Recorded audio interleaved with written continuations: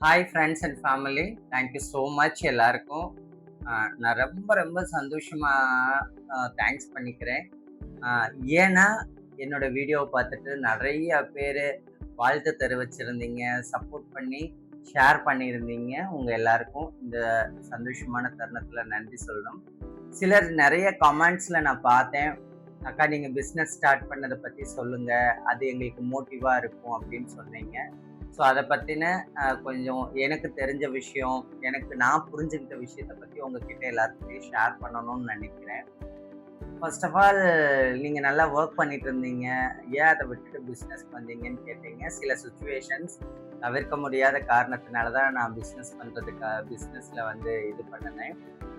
ஆ ஒவ்வொரு மனுஷனும் ஜெயிக்கணும்னா, அவனுக்கான சுய வருமானம் இருக்கணும். ஸோ செல்ஃப் கான்ஃபிடென்ட் எப்ப வரும்னா, அவன் சொந்தமா சம்பாரிக்கும்போது, அவனுக்கான தேவைய அவன் பூர்த்தி செஞ்சு கொள்ளும்போது தான் அவனுக்கு செல்ஃப் கான்ஃபிடென்ட் வரும். ஸோ அதுதான் மனிதனுக்கு ரொம்ப முக்கியமான விஷயம். பிசினஸ்ல ஜெயிக்கணும்னா ஒரே ஒரு விஷயம் தான். நீங்க நெறைய தடவ தோத்து போகணும். நீங்க ஜெயிச்ச எல்லாரையும் கேட்டு பாருங்களேன். ஃபர்ஸ்ட் ஆஃப் ஆல் ஜெயிச்ச யாருமே இருக்க மாட்டாங்க. நெறைய அவங்க கிட்ட இருக்கிற காசு எல்லாமே போனதுக்கப்புறம், இத விட்டா வேற வழி இல்லன்னு சொல்லி, அதுல ஸ்ட்ராங்கா அ இதுதான் நமக்கான பிளாட்ஃபார்ம்னு யாரெல்லாம் ஸ்டேபிளா இருந்தாங்களோ, இன்க்ளூடிங் என்ன உட்பட, இத விட்டா வேற வழி இல்ல. இதுதான் ஜெயிக்கணும். இதுல எப்படியாவது ஜெயிச்சாகணுங்கிற ஒரு வெறி. அந்த வெறி எப்ப வரும்னா, எல்லா விஷயத்திலயும் தோத்து, அ தாங்க முடியாத அளவிற்கு அவமானம், அசிங்கம் எல்லாம் வரும்போது அத தாங்கிட்டு ஜெயிச்சிடணுங்கிற ஒரு வெறி இருக்குல்ல. அப்பதான் நம்ம ஜெயிக்கணும். ஜெயிக்கிறதுக்கான பெரிய பிளாட்ஃபார்மா இருக்கும். ஒரு ஆள் கூட தோக்காம ஜெயிச்சிருக்கவே முடியாது. இன்னைக்கு நம்ம எவ்ளோ பிசினஸ் மேனா இருக்கலாம், மல்டி மில்லியனரா இருக்கலாம். யார எடுத்து பாருங்க, அவங்க சின்ன வயசுல அசிங்கப்பட்டு, கஷ்டப்பட்டு, போராடி வந்தவங்க மட்டும் தான் ஜெயிச்சிருப்பாங்க. அப்ப மட்டும் தான் ஜெயிக்க முடியும். இல்லன்னா கண்டிப்பா அது ஜெயிக்கிறதுக்கு சாத்தியம் இல்லாத விஷயம். ஸோ இந்த தருணத்துல ஒரு சின்ன ஸ்டோரி உங்ககிட்ட ஷேர் பண்ணிக்கணும். ஸோ நம்ம எல்லாரும் என்ன நெனைக்கிறோம்? நம்ம குழந்தைங்க கஷ்டப்படக்கூடாது. கஷ்டம்னா என்னன்னு தெரிஞ்சிடவே கூடாது. கண்டிப்பா நம்ம குழந்தைக்கு நல்ல கல்வி குடுக்கணும். அது வந்து நான் எப்பவுமே மறுக்க மாட்டேன். தரமான கல்வியும், அன்பான வாழ்க்கையும் தான் ஒரு மனிதன நெறிப்படுத்துங்கிறதுல எனக்கும் அதுல ஆழமான அசைக்க முடியாத கருத்துக்கள் இருக்கு. பட் நம்ம ஏதாவது ஒரு விஷயத்த நம்ம குழந்தைகள கண்டிக்கிறோமானா கண்டிக்கிறதே இல்ல. ஐயோ! ஏதாவது சத்தம் போட்டுட்டா கோவப்படுவா, உம்முன்னு ஆயிடுவா, பேச மாட்டாங்க அப்படின்னு நம்மளே நெனச்சுக்கிட்டு, அவங்க செய்யற எல்லா விஷயத்துக்கும் நம்ம என்ன பண்ணிடுறோம்? சப்போர்ட் பண்றோம். அந்த சப்போர்ட்ல அவங்களுக்கு கஷ்டம்னா என்னன்னே தெரியல. பட் எப்படி வாழ்றதுன்னு அவங்க ஃபர்ஸ்ட் கீழ விழுந்து, எந்திரிச்சு, நின்னு கஷ்டப்பட்டு இருந்தா தான் அவங்க லைஃப்ல கஷ்டம் வரும்போது அவங்கனால சாதிக்க முடியும். பெரும்பாலும் நாங்கலாம் சின்ன வயசா இருக்கும்போது பார்த்தீங்கன்னா, வருஷத்திலேயே 2 ட்ரெஸ் தான் எடுத்து தருவாங்க. இப்ப அப்படி இல்ல. புது ட்ரெஸ்ஸுங்கிறது ஏதாவது ஃபெஸ்டிவல் டைம் போறது போயி, நம்ம நெனைக்கிறப்போலாம் புது ட்ரெஸ் போடலாம். நான் சின்னதா இருக்கையிலலாம் அந்த இட்லி, தோசை எல்லாம் பார்த்தீங்கன்னா, ஏதாவது ஃபெஸ்டிவல் வந்தா தான் சமைப்பாங்க. இப்ப அப்படியெல்லாம் இல்ல. நம்ம நெனைச்சா இட்லி, தோசை எது வேணாலும் சாப்பிடலாம். ஆ ஆரோக்கியமான உணவுகள் எல்லாம் பார்த்தீங்கன்னா, ரெகுலரா கிடைக்கும். இப்ப நானே ரொம்ப எனர்ஜி கேட்டா இல்ல. கேட்டா எங்க அம்மா சாப்பிட்ட மாதிரி, எங்க பாட்டி சாப்பிட்ட மாதிரியான உணவுகள்லாம் இல்ல. அதனால என் உடம்புல எனர்ஜி இல்லைன்னு சொல்றோம். இப்ப நம்மளுடைய ஜெனரேஷன்லாம் எப்படி இருப்பாங்க? நம்மளே அந்த ஆரோக்கியமான உணவு சாப்பிடல. நம்ம குழந்தைங்க நம்மள விட மோசமான உணவு ஜங்க் ஃபுட்லாம் சாப்பிடுறாங்க. அப்ப அவங்க எப்படி ஆரோக்கியமா இருப்பாங்க? ஸோ அந்த ஆரோக்கியம் அ எல்லா விஷயங்களையும் தொலைச்சுட்டோம். ஆரோக்கியத்த தொலைச்சுட்டோம், பொறுமைய தொலைச்சுட்டோம், சகிப்புத்தன்மை, தியாகம் இது எல்லாத்தையும் நம்ம வந்து நம்ம குழந்தைகள்ட்ட இருந்துட்டு நல்ல விஷயங்கிற பேர்ல அழிச்சுட்டோம். அந்த அழிச்சா அப்புறம் அவங்க அடுத்தது என்ன செய்ய போறாங்க? அவங்கனால என்ன செய்ய நான் நெறைய விஷயம் பார்க்கும்போது, இது எங்க தாத்தாவோட வீடு, எங்க பாட்டி வீடு, இது எங்க சொத்து. ஃபர்ஸ்ட்டெல்லாம் இது எங்களோட சொத்தா இருந்துச்சு. ஏன்னா, அவங்க கேஷுவலா இருந்து இன்னைக்கு நெறைய விஷயத்த அழிச்சுட்டாங்க. இன்னைக்கு நம்ம கஷ்டப்படுறோம்.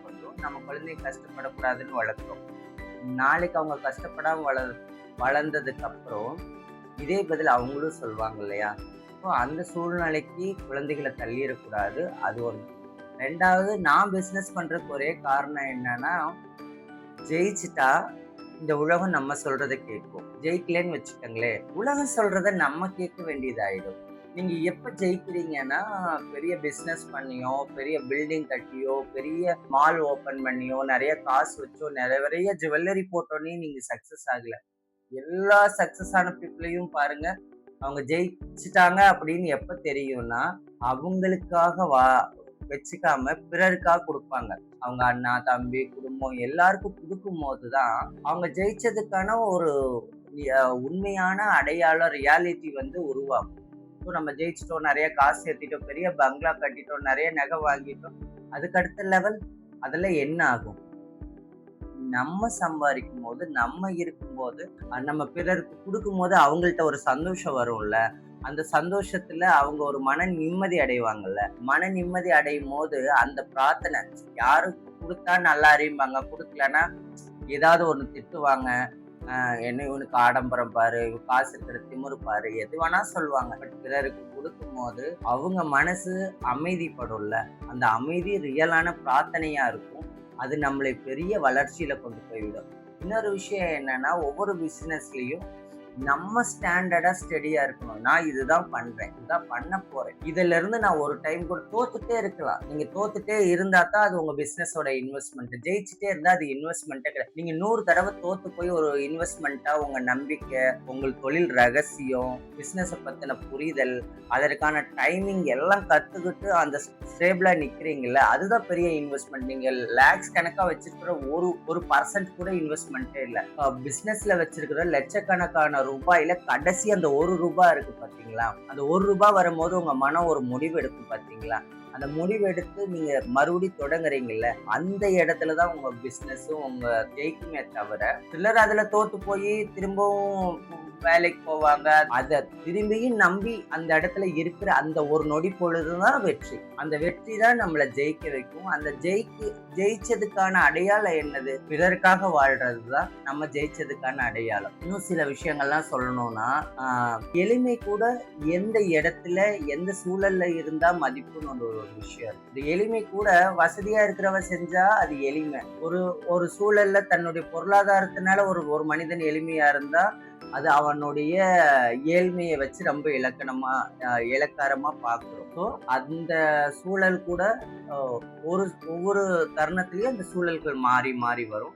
நான் வாழ்க்கையில கத்துக்கிட்ட விஷயம் என்னன்னா, சில வியப்பான எல்லா மனிதர்களையும் பார்த்திருக்கேன். அவங்க எல்லாம் ஜெயிச்சப்போ அவங்க ஸ்டோரி எல்லாம் நிறைய இன்ஸ்டாகிராம்ல இருக்கு. அதெல்லாம் போய் பாருங்க. Facebookல எல்லாத்துலயும் பார்க்கும்போது அவங்க ஜெயிச்சதுக்கு காரணம் என்னன்னா, அவமானமும் அசிங்கமும் வழியும் தான். ஜெயிச்சாதான் நமக்கான ரெகனிகேஷன் வருங்கிறது உண்மை. கொஞ்ச காலத்துக்கு முன்னாடி பல நம்பர்கள்லயும் பல வார்த்தைகளையும் இழிவா கூப்பிட்டுருந்தாங்க. இன்னைக்கு மேம் சொல்லுங்க, வாங்க மேம், என் ஈவெண்ட்டுக்கு சீஃப் கெஸ்டா வாங்க, என் ஃபங்க்ஷனுக்கு வரணும், என் கல்யாணத்துக்கு வரணும், நிறைய இன்விடேஷன், நிறைய மேரேஜ் இன்விடேஷன்ஸ், ஈவெண்ட் இன்விடேஷன்ஸ் எல்லாமே இருக்கு. பட் இது நான் ஒரு வேளை தோத்திருந்தா கிடைச்சிருக்குமா? இன்னைக்கு தஸ்லின்னு ஒரு இயல்பான ஒரு பிரான்ஸ் விமன் இந்த இடத்துல உட்கார்ந்துட்டு இவ்வளோ ஸ்டேபிளா இருக்கேன்னா நான் ஜெயிச்சதுனால. என்னை விட ஜெயிக்காம எத்தனையோ டிரான்ஸ்ஜெண்டர்ஸ் இன்னும் ரோட்ல அவமானமா அசிங்கமா சொல்றாங்க. காரணம் என்ன? அவங்கள நிறைய இழிவுபடுத்துறதுக்கு காரணம் என்னன்னா, அவங்களுக்கான பிளாட்ஃபார்ம் அமையல. ஒரு மனுஷன் ஜெயிக்கணும்னா யாராவது அவங்கள நம்பணும். அவங்கள நம்பும் போது அந்த நம்பிக்கை தான் அவங்க ஜெயிச்சிருவாங்கன்னு நம்புறோம்ல, மிகப்பெரிய சந்தோஷம். நம்ம கூட யாராவது இருக்காங்க, அவங்க நம்புறாங்க, நம்ம ஜெயிச்சிடணும்னு தோணுது இல்ல, அது மட்டும் தானே ஜெயிக்க வைக்கும். அது கிடைக்காம எத்தனையோ மனிதர்கள், டிரான்ஸ்ஜெண்டர்ஸ் மட்டும் இல்ல, எத்தனை மனிதர்கள் சென்னை, கோயம்புத்தூர் போன்ற பல பெருநகரங்கள்ல பஸ் ஸ்டாண்ட், ரயில்வே ஸ்டேஷன்ல எல்லாம் பாருங்க, வெறும் கனவுகளை மட்டுமே சுமந்து கொண்டு ரோடுல தன்னம்பிக்கையை கொண்டு ஏதாவது ஜெயிச்சிட மாட்டோமா, ஏதாவது ஒரு வழியில போராடி வெற்றி பற்ற மாட்டோமான்னு தினம் தினம் கனவுகளை சுமந்த அத்தனை மனிதர்களுக்கும் வாய்ப்பு மட்டும்தாங்க கிடைக்கல. வாய்ப்பு கிடைச்சா நிச்சயமா சொல்றேன், இவங்க ஜெயிச்சவங்க, அவங்க ஜெயிச்சவங்கள சொல்றதுக்கே வார்த்தை இல்லாத அளவுக்கு எத்தனை பேர் ரோட்ல இருக்காங்க, ரோட்ல தெரியுற அத்தனை பேரும் மிகப்பெரிய கனவுகளும் மிகப்பெரிய ஐடியாலஜியும் உள்ளவங்க. அவங்களுடைய அந்த ஐடியாவுக்கான பிளாட்ஃபார்ம் கிடைக்காம கிடைச்சிருங்கிற ஒரு விஷயத்தை நோக்கி தான் பயணிச்சுட்டு இருக்காங்க. இப்படி எனக்கு கிடைச்சதுனாலதான் நான் இந்த பிளாட்ஃபார்ம்ல உட்கார்ந்துருக்கேன். ஒருவேளை கிடைக்கலன்னா என் லைஃபும் ஒரு கொஸ்டின் மார்க். உங்களுக்கான வெற்றியும் தோல்வியும் நீங்க தான் தீர்மானிக்கணும். ஸோ ஒரு பிஸ்னஸ் பண்ணும்போது நம்ம எங்க பண்ண போறோம், நம்ம கஸ்டமர்ஸ் யாரு, முதல்ல நம்மளுடைய வாடிக்கையாளர்கிட்ட ஒரே ஒரு விஷயத்த நம்ம சம்பாதிக்கணும். லாபம் இல்லை, நம்பிக்கை. ஸோ அவங்க நம்பிக்கை வச்சுட்டாங்கன்னு வச்சுக்கோங்களேன், அவங்க தான் நமக்கு பெரிய டிஜிட்டல் மார்க்கெட்டிங். அவங்க தான் நிறைய பேருக்கு சொல்லுவாங்க, நம்ம பொருள் என்ன, நம்ம நிறுவனம் என்ன, நம்ம யாருன்னு சொல்றது என்னன்னா நம்மளுடைய குவாலிட்டியும் குவான்டிட்டியும் தான். ஸோ இதை மட்டும் நம்ம 100% கொடுத்துட்டோம்னா நம்மளால ஜெயிச்சிட முடியும். ஜெயிச்சதுக்கு காரணம் மக்கள் மனதில் இருக்கக்கூடிய நம்பிக்கையை பெறுவது தான் பெரிய முதலீடு.